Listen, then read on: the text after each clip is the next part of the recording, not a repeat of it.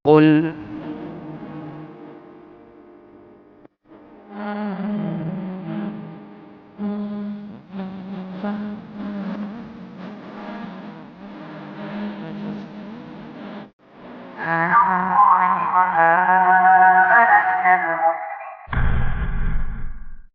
Alhamdulillahilladzi arsala rasulahu bil huda wa dinil haqq liyudhhirahu 'ala dini kullih wa kafa billahi shahida wa asyhadu an la ilaha illallah wahdahu la syarikalah iqraran bihi wa tauhidan wa asyhadu anna Muhammadan abduhu wa rasuluh. Allahumma salli ala nabiyyina Muhammad wa ala alihi wa man tabi'ahum bi ihsan ila yaumiddin. Qala Allah Ta'ala fi kitabihil karim, ya ayyuhalladzina amanu taqullaha haqqa tuqatih wa la tamutunna illa wa antum muslimun. Wa qala ta'ala ya ayyuhan nasu taqullaha ya ayyuhalladzina amanu taqullaha wa qulu qawlan sadida yuslih lakum a'malakum wa yaghfir lakum dhunubakum wa may yuti'illaha wa rasulahu faqad faza fawzan 'azima. Fa inna asdaqal hadisi kitabullah wa khairal huda huda Muhammadin sallallahu alaihi wasallam wa syarrul umuri muhdatsatuha wa kullu muhdatsatin bid'ah wa kullu bid'atin dhalalah wa kullu dhalalatin finnar. Masyarul muslimin, jamaah salat Jumat yang mugi-mugi senantiasa dirahmati dan diberkahi Allah Subhanahu wa taala. Pertama-tama kita panjatkan puji syukur pada Allah atas nikmat dan karunia yang telah Allah anugerahkan pada kita sekalian, sehingga di kesempatan Jumat yang penuh berkah ini kita menjalankan salah satu perintah yang diwajibkan bagi pria dewasa, yang dimana diperintahkan untuk memenuhi panggilan sholat Jumat secara berjamaah, dimana Allah perintahkan ya ayyuhalladzina amanu idza nudiya lis-sholati min yaumil jumu'ati fas'au ila dzikrillahi wa dzarul bai' dzalikum khairul lakum in kuntum ta'lamun. Wahai orang yang beriman, jika kalian itu disuruh, dipanggil untuk menghadiri sholat Jumat, maka segeralah penuhi panggilan tersebut. Wa dzarul bai', dan tinggalkanlah jual beli.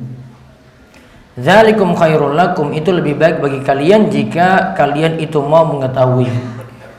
Fa iza qudiyatis sholatu fantashiru fil ard, jika sholat itu sudah selesai maka bertebarlah kalian di muka bumi.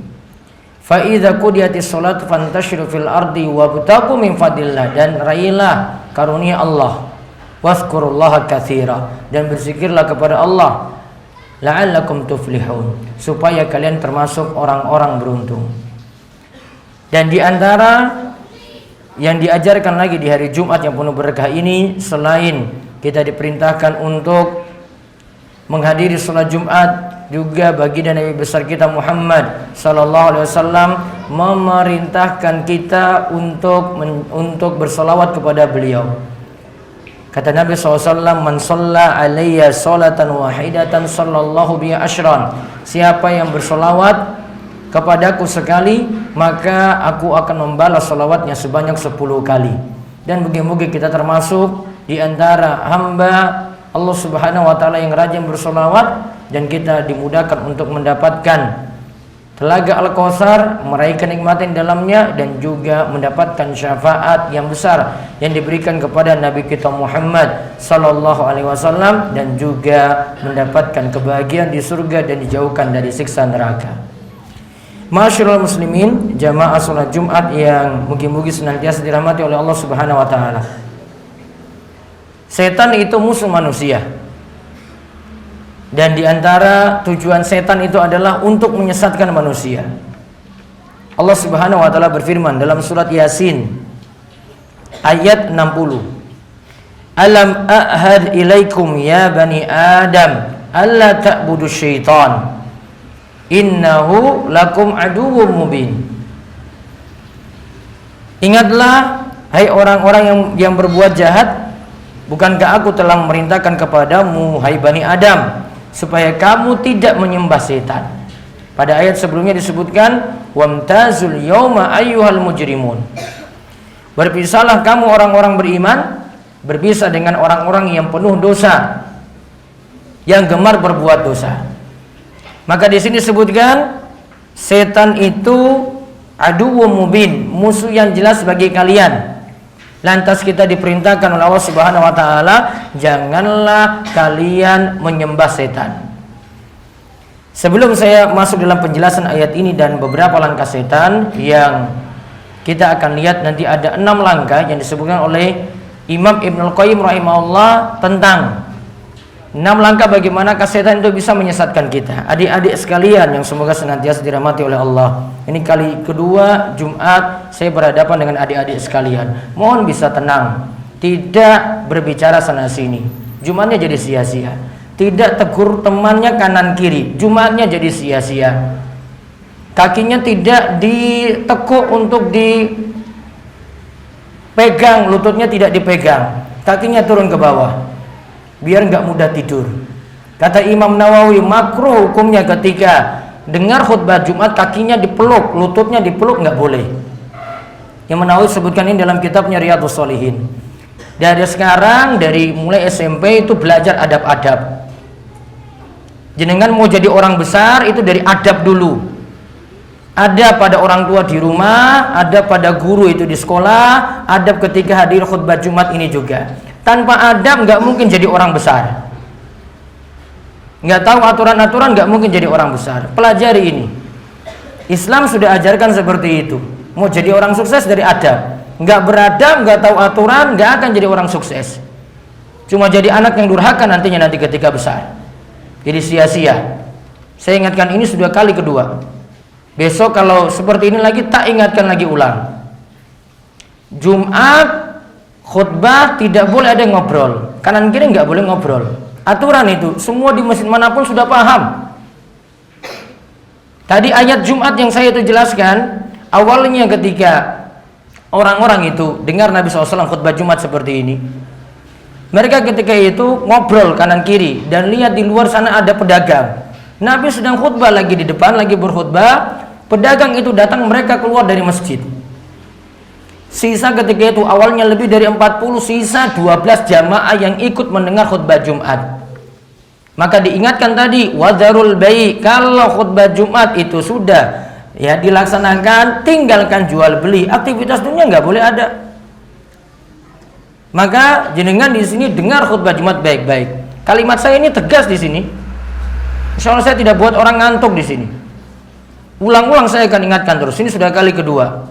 Kali ketiga lagi nanti akan saya ingatkan. Mau jadi orang sukses, adab itu dipelajari. Kalau enggak akan pernah tahu sopan santun. Dari kecil sudah kayak gitu. Gimana mau jadi orang besar nantinya? Uang nggak tahu adab. Ada guru ngomong di depan itu dengar. Ini sudah mulai belajar dari khutbah Jumat. Yang baru masuk juga dengar sini. Nabi katakan, ada yang lagi ribut, kamu ngomong, diam kamu. Orang yang ngomong diam itu Jumatnya sia-sia. Yang cuma boleh berbicara itu yang berada di depan. Kalau sama jamaah itu ngobrol, kanan kiri itu ngobrol, dia suruh temannya diam. Yang ngomong diam, Jumatannya sia-sia. Untuk apa? Karena nanti omongannya lanjut lagi. Itu adab. Baik, kita lanjut. Di antara tugas setan itu adalah akan terus memberikan langkah-langkah, menempuh langkah-langkah supaya manusia itu sesat, kita itu sesat. Ada 6 langkah disebutkan oleh Imam Ibnul Qayyim dalam kitabnya Bada'iul Fawaid. 6 langkah ini dari langkah pertama, kedua, ketiga, keempat, kelima, keenam, ini dibuat berurutan oleh setan sampai manusia itu sesat. Yang pertama, setan punya tugas untuk membuat manusia terjerumus dalam syirik dan juga kekafiran. Manusia akan diajak untuk berbuat syirik dan berbuat kekafiran.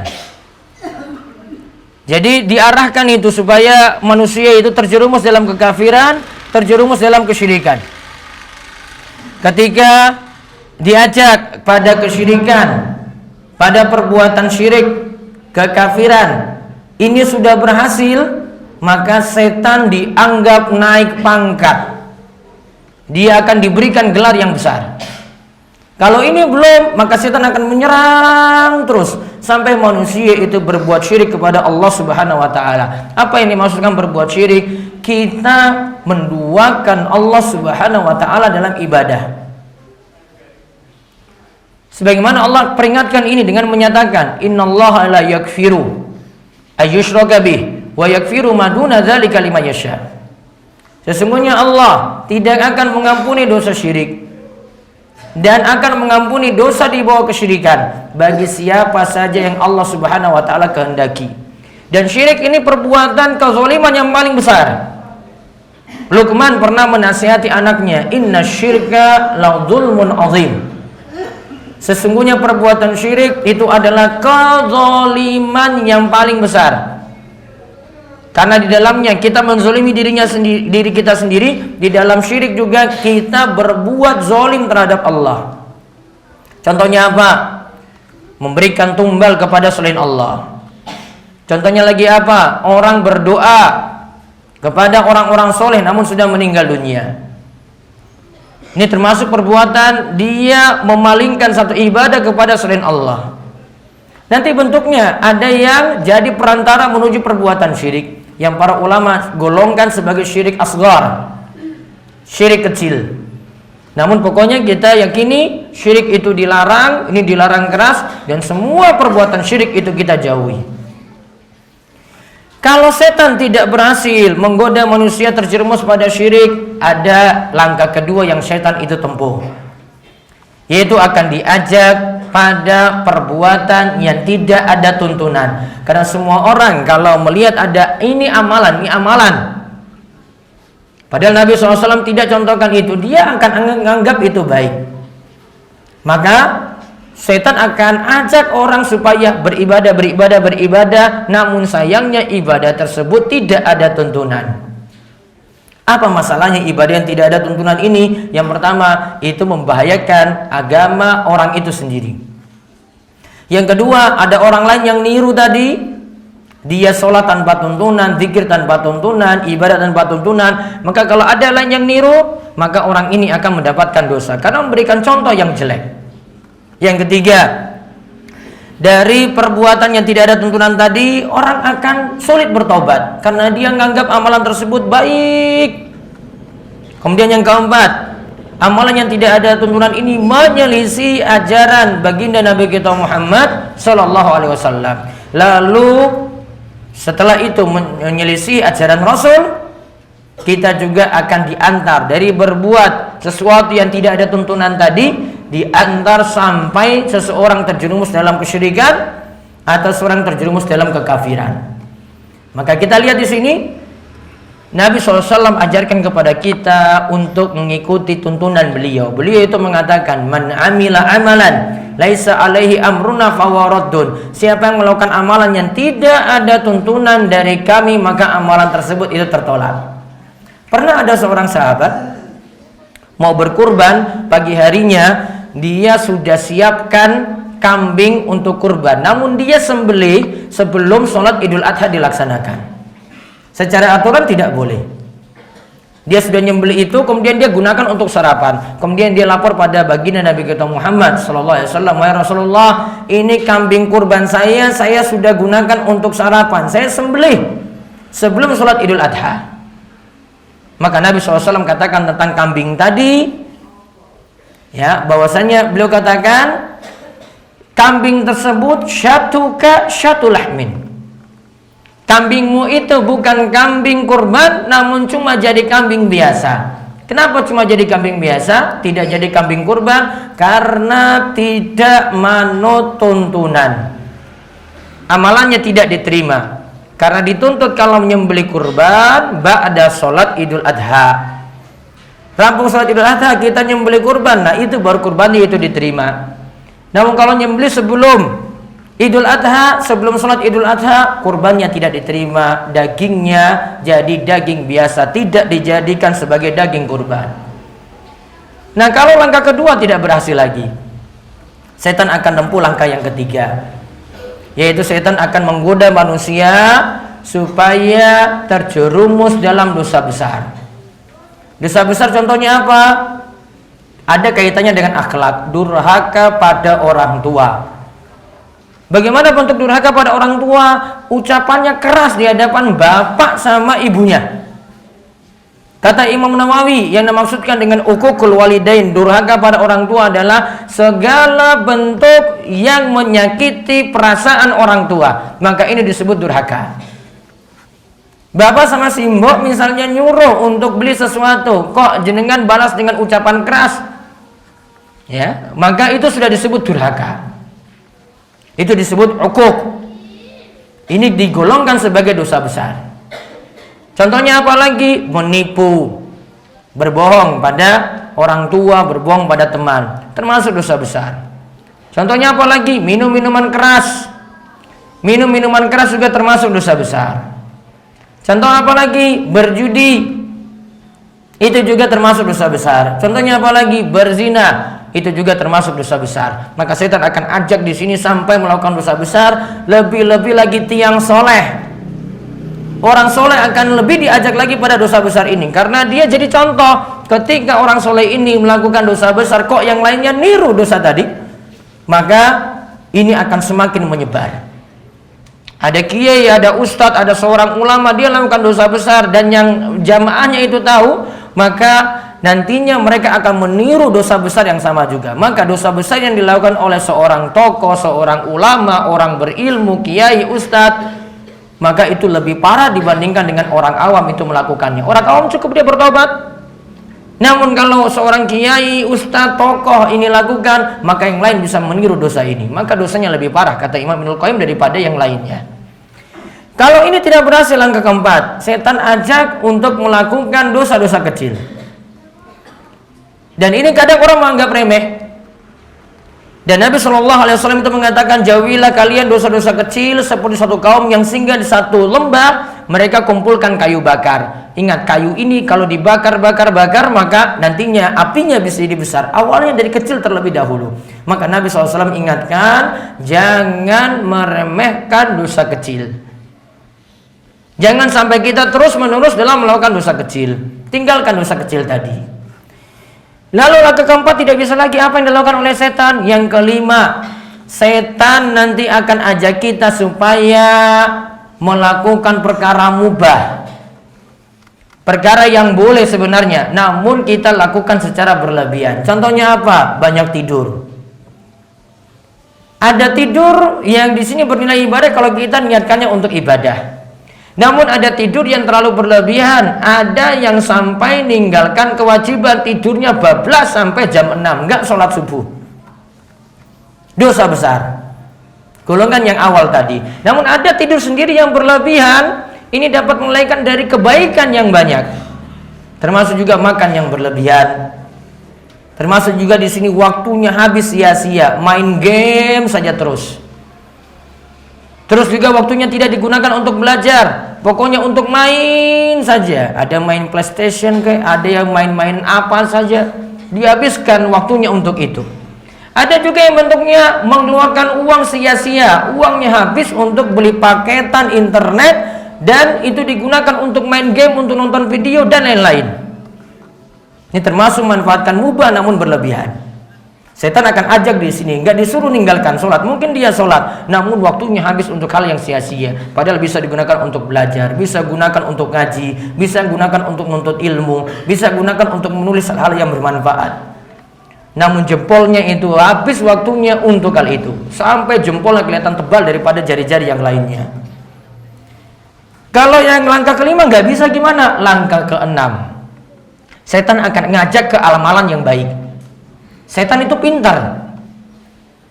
Pintarnya gimana? Dia akan ngajak kita ke amalan-amalan yang baik, namun sebenarnya ada amalan yang lain yang lebih baik daripada itu. Kita diajak ke amalan-amalan yang biasa. Kata Imam Ibnul Qayyim, ketahuilah bahwasanya setan itu bukan hanya mengajak kita pada kejelekan. Setan bisa jadi ngajak kita kepada 70 pintu kebaikan. Namun dari 70 pintu ini ada satu pintu yang bermasalah. Kita terjerumus dalam pintu tersebut. Atau di balik 70 pintu ini ada 70 pintu lainnya yang lebih baik daripada 70 pintu sebelumnya. kita nggak pikirkan yang lebih baik daripada itu, kita pikirkan amalan yang biasa-biasa. Maka dalam beramal kita dituntut belajar supaya tahu ada amalan yang lebih afdal daripada yang lainnya. Contoh misalnya, kita lagi baca Al-Quran, azan lagi berkumandang, maka tentu yang lebih didahulukan adalah jawab kumandang azan daripada melanjutkan bacaan Al-Quran. Baca Al-Quran bagus, namun ketika itu ada kumandang azan, azan dijawab terlebih dahulu, baru setelah itu kita lanjut lagi untuk baca Al-Quran. Setan akan rayu-rayu kita ini, sudahlah kamu lanjut aja baca Al-Quran, kita luput dari sesuatu yang lebih utama. Jadi setan ngajaknya untuk baik, namun kita rugi karena masih ada yang lebih baik daripada amalan tersebut.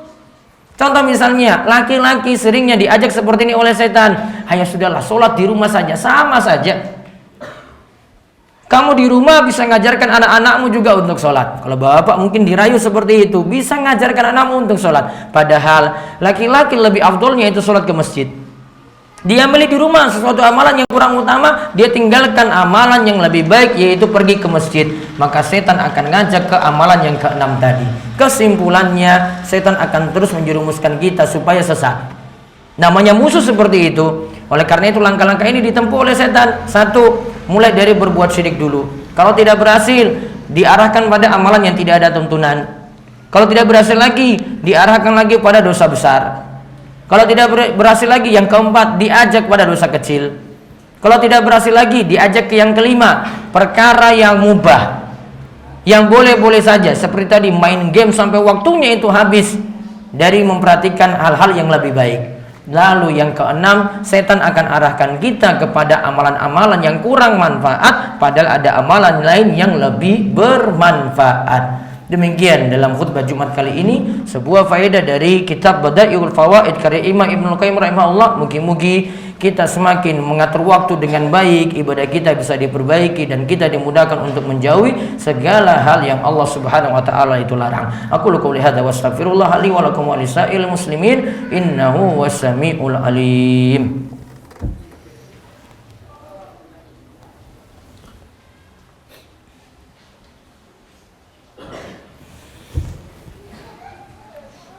Alhamdulillahi haqqa hamdi, ahmadullah wa ashkuruhu, wa ashhadu an la ilaha illallah wahdahu la syarikalah, wa ashhadu anna nabiyyana Muhammadan abduhu wa rasuluh. Allahumma salli ala Muhammad wa ala ali Muhammad kama shallaita ala Ibrahim wa ala ali Ibrahim innaka Hamidun Majid. Qala Nabi sallallahu alaihi wasallam, man shalla alayya sholatan wahidatan sallallahu bi asyran. Wa qala Nabi sallallahu alaihi wasallam aidan, ittaqillah haitsuma kunta wa atbi as-sayyi'atal hasanata tamhuha wa khaliqin nasa bi khuluqin hasan. Wa qala Allah ta'ala fi kitabil karim, innallaha wa malaikatahu yusholluna 'alan nabi ya ayyuhalladzina amanu shallu 'alaihi wa sallimu taslima. Allahumma shalli ala Muhammad wa ala ali Muhammad kama shallaita ala Ibrahim wa ala ali Ibrahim innaka Hamidum Majid. Allahumma barik ala Muhammad wa ala ali Muhammad kama barakta ala Ibrahim wa ala ali Ibrahim innaka Hamidum Majid. Allahumma ighfir lil muslimina wal muslimat wal mu'minina wal mu'minat al ahya'i minhum wal amwat innaka sami'un qaribun mujibud da'wah. Allahumma qsim lana min khasyatika ma tahulu bihi bainana wa baina ma'asik wa min ta'atika ma tuballighuna bihi jannatak wa minal yakini ma tuhawwinu bi alaina masaibad dunya. Allahumma mati'na bi asma'ina wa absarina wa qulubina wa azwajina wa quwwatina ma ahyaitana waj'alhu warisa minna waj'al sa'rana 'ala man zalamana wansurna 'ala man adana wa la taj'al musibatana fi dinina wa la taj'alid dunya akbar hammina wa la mablagha ilmina wa la tusallit 'alaina man la yarhamuna. Rabbana hab lana min azwajina wa dhurriyyatina qurrata a'yun waj'alna lil muttaqina imama. Allahumma kfina bihalalika an haramik wa aghnina bifadlika amman siwa. Allahumma inna nas'aluka al-huda wat-tuqa wal-afaf wal-ghina. Allahumma inna nas'aluka al-jannah wa na'udzubika minan nar. Allahumma inna nas'aluka ilman nafi'a wa rizqan thayyiba wa amalan mutaqabbala. Rabbana atina fid dunya hasanah wa fil akhirati hasanah wa qina adzabannar. Rabbana atina fid dunya hasanah wa fil akhirati hasanah wa qina adzabannar. Rabbana atina fid dunya hasanah wa fil akhirati hasanah wa qina adzabannar. Walhamdulillahi rabbil alamin. Aqimus shalah.